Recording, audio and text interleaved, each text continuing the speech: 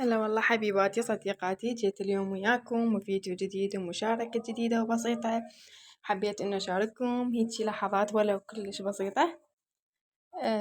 اليوم غدانا تشريب الدجاج الاصفر. عندي هالكمية من الدجاج اللي راح اطبخها اليوم. شاركتكم اياها من قبل، لكن حبيت اعيد التجربة وياكم حبايبي. وهنا أنا بديت أحمس الدجاج، وهاي التوابل حضرتها والنومي بصرة والماجي كلها ضفتها على قطع الدجاج والبصل مخليته. وهنا حمس كله زين، وراح أضيف عليه كمية المي اللي أني أريدها.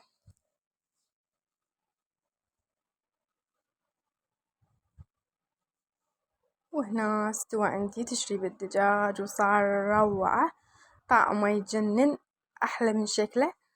وكملناه.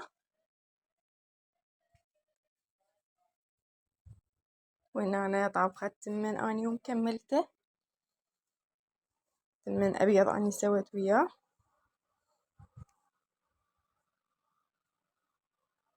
وهيج حبيباتي كملت غدانا، وحبيت أشارككم هاي المشاركة البسيطة. وسويت النومي أو الليمون والطرشي. لا تنسوني باللايك والاشتراك حبايبي كي يوصلكم كل ما هو جديد بإذن الله. سهمنا وسهمكم ألف عافية، في أمان الله.